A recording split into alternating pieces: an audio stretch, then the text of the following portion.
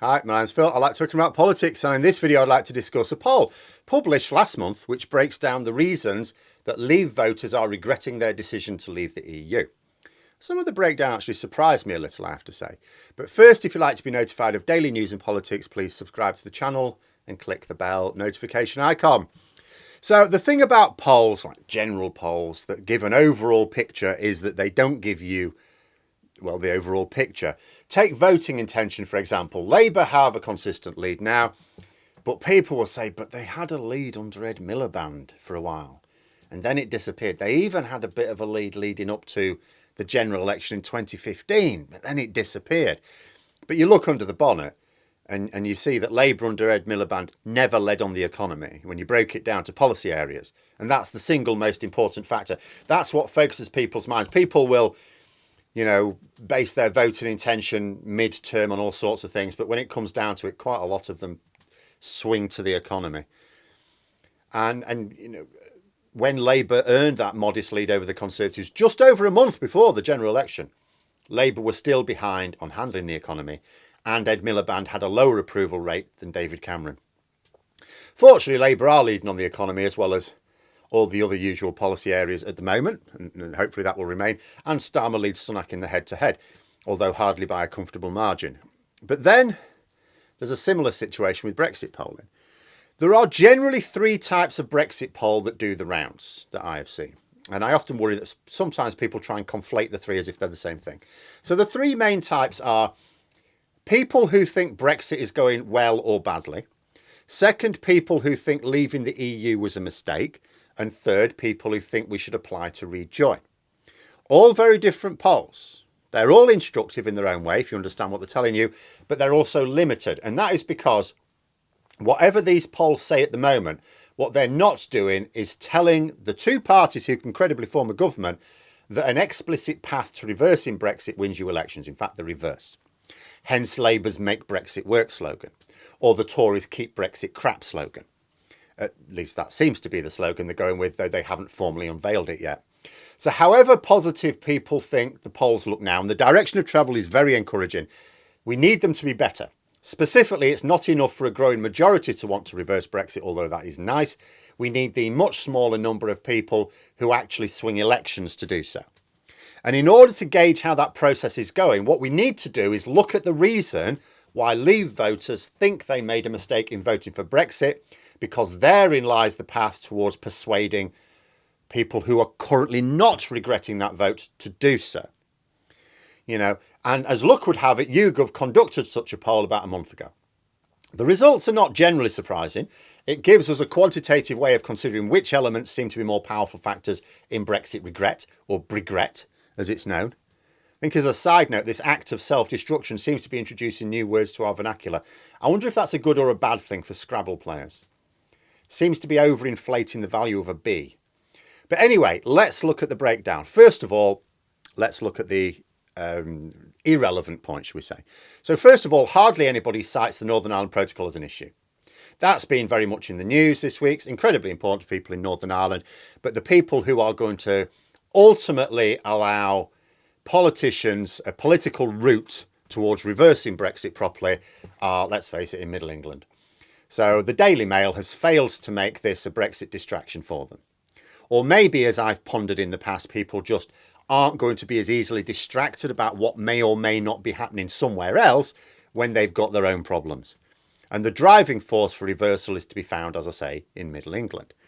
Not many people think the timing was a major issue either. Mind you, the timing was quite interesting because on the one hand, leaving the single market and customs union in the middle of a global pandemic did make things worse. And the government can't even say it was unfortunate because they did it deliberately. But the Leavers, at least who have changed their minds, are not interested in blaming the timing. Might be interested to see a similar poll aimed at Leave voters who still support Brexit and ask them which factors they think are responsible for Brexit going badly so far, because that would go well with this poll. But in terms of the main factors, the ones that did influence a lot of people, things having gotten worse led the way with 25% citing it, but that's a bit of a non-answer really. Several of the other reasons all represent things getting worse. I'll tell you what I'm curious about. 25% say they changed their mind because things have gotten worse. But only 19% say because of the state of the economy or rising costs. And only 10% because of the impact on trade and business.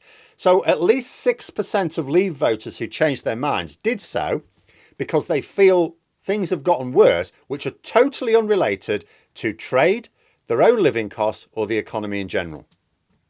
The clue may be in 8% feeling that it has been handled badly. Now, there will be plenty of Leave voters who still support Brexit who feel that it has been handled badly. For these people to cite it as a reason for regretting their vote suggests one of two things. First, they don't believe anyone is going to suddenly start handling Brexit well. So it might be a general dissatisfaction with the state of politics. Or second, that they have suffered some personal loss from Brexit that now cannot be recovered even if suddenly it started being handled competently. 8% also cited the loss of benefits from being in the EU. And I keep saying it's a shame that Remain campaigns didn't work harder to point these out in 2016. It's long been recognised that this was a huge strategic error during the referendum campaign. Another interesting thing about the breakdown is there's no real difference between Conservative voting and Labour voting Leave voters who changed their minds in terms of the breakdown. You look at the breakdown, they all agree. Often, you actually do see a difference in emphasis between the two types of voters, not here. For both, the main issues are the economy, being lied to, impact on trade and business, handled badly, losing the benefits of membership. Those are the main factors. And it's the same for both sets of voters. Other demographics, though, do show a bit of a change in emphasis.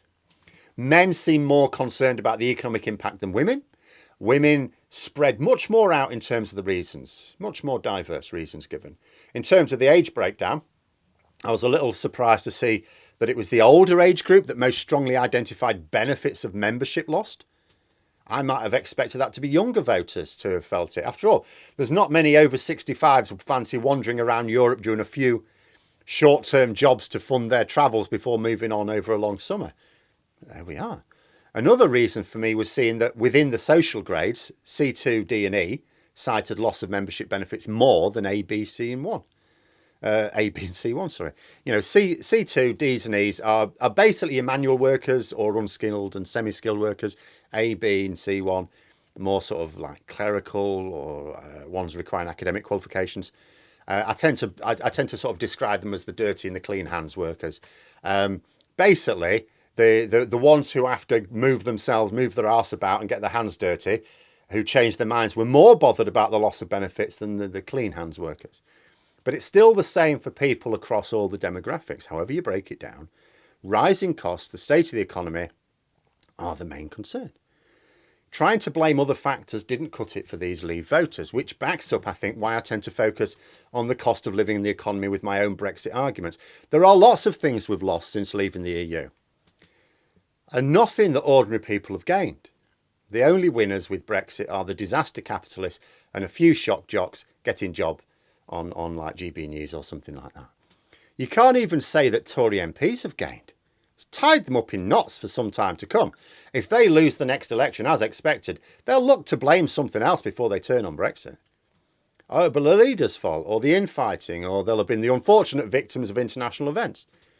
Well, mind you, if they do lose the election, it will be the one thing they get to blame Labour for which will actually be true. So do these results tell us anything about the future? Well, if we think any of these will get worse, yes. So let's look at it blow by blow in terms of the major factors. First, things have gotten worse. Well, they haven't even finished getting worse. The biometric scans for third country citizens entering Schengen, that's not been implemented yet. The UK has not implemented import controls. That can't carry on forever. Doesn't matter who's in government, that cannot carry on forever. Second, state of the economy. The only way our economy is going to improve is by reversing some elements of Brexit. You know, either way works. If we persist with the extreme Tory Brexit, we will see continued stagflation. At the moment, again, lots of cover for Brexit. First of all, COVID covered for it. Then the Russian war covered for it. So we've now got a bit of a global downturn. It's all covering for it. Never mind that it's worse here. People aren't good with those comparisons, especially when the media don't push them. There's going to come a point when other countries are going to start, they're going to recover and they're going to carry on recovering. And we won't. We will not. So we're going to have a continued stagflation. So people will see that. It'll be harder and harder to say it's caused by something else when we have a period of a few years when there is nothing else basically going on. If Labour come in and work on closer alignment with the EU and we see improvements, people will again see the link between working with the EU and improving things. The Brexiteers, they will go, no, no, no, no, no, no. It was what we put in place. It just happened to come to fruition now. People will see the link. But we won't get the major boost without joining the single market. So the link between hard Brexit and stagflation and easing Brexit and improvements will be clear. Third, being lied to is only going to become more apparent as time goes on. I mean, look what's happening now. You've got much more frank discussions in the media and little bits appearing in mainstream politics about the harms of Brexit. It's all starting to gather momentum. It's a bit slow, but it is when you consider how various people treated Brexit 2 years ago in the media and in politics, and you look at it now and it's very different. And you think about what it's going to be like in another year's time, another 2 years' time. You know, so the being lied to, people are going to realise as time goes on. You know, and if it was enough to change the minds of some Leave voters, it will be for those who still at the moment are not ready to accept it yet. Fourth, the impact on trade and business. We're still struggling. Some businesses are hanging on. New businesses will struggle with every economic ripple because we do not have the flexibility of being part of a huge continental market when things get tough. Small businesses in particular are frozen out of a huge source of customers and employees. That will only become more apparent once the excuses about COVID and Russia lose their bite. Fifth, losing the benefits of membership. Well, like I say, you don't realise the value of something until you lose it. Not everyone enjoys these wider benefits of membership, or they don't see the benefits on a daily basis. Every now and then, they need these benefits. So there'll still be people this year or next year who suddenly realise they've lost a benefit. They just haven't tried to access it for a few years. Well, I used to be able to do this. Why can't I do it now? That'll be Brexit, mate. Oh. So we're still going to keep finding people discovering this. It'll focus their attention on that as well.